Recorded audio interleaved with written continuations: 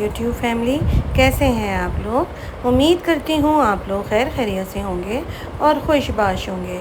अपनी एक नई सुबह और एक नए व्लॉग के साथ आप लोगों के सामने हाजिर हूँ। और सुनाइए आप लोग कैसे हैं और आप लोगों की ईद कैसी गुजरी और आप लोग कहाँ कहाँ पे गए।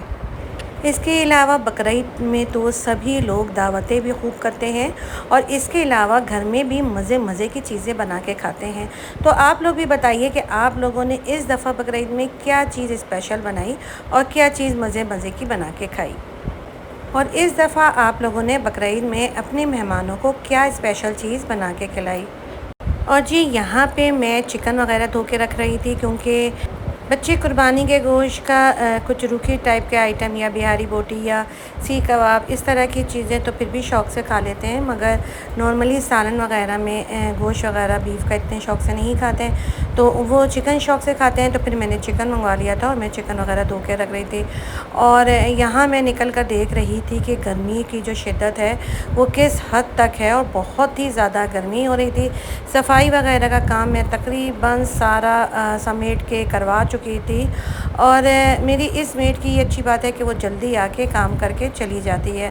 और आजकल मैं काम भी सिर्फ सफाई वगैरह का करवाती हूँ, तो फिर ये होता है कि सारा दिन बर्तन वगैरह ख़ुद ही मैं धोती रहती हूँ और सफाई वगैरह का काम, समेटने वगैरह का काम खुद ही करती रहती हूँ। तो फिर सारा दिन फिर बाकी का मेरा बड़े आराम से काम तो थोड़ा ज़्यादा होता है मगर फिर आराम से गुजर जाता है।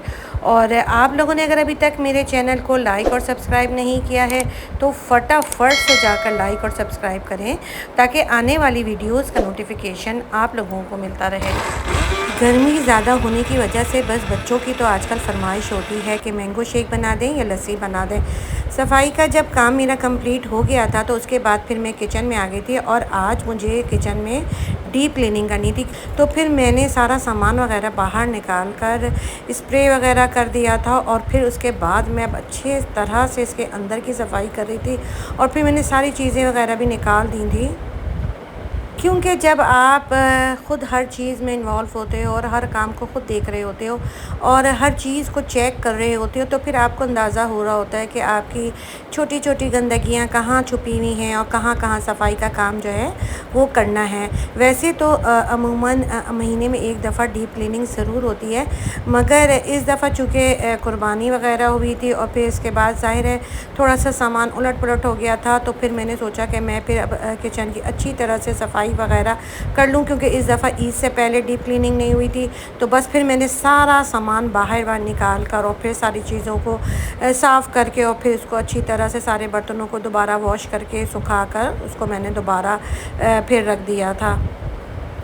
अगर हम अपने घर में तकरीबन 1 घंटा भी दे दें और हर जगह को 5-5 मिनट में अगर चेक कर लें कि कहाँ पे कोई गंदगी है या कोई चीज़ ऐसी छुपी रह गई है या कोई ऐसी गंदगी छुपी रह गई है जो आपकी नज़रों से ओझल है, तो फिर वो आपको साफ़ भी आप कर सकते हैं और आपके घर में टोटली सफाई भी रह सकती है।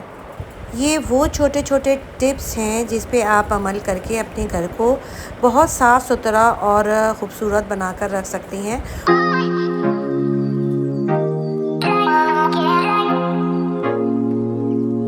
और जी ये देखें, मेरे एसी को जब मैंने चलाया था तो उसमें से पानी गिर रहा था और अब मुझे इसकी भी सर्विस करवानी होगी। 2000 years later.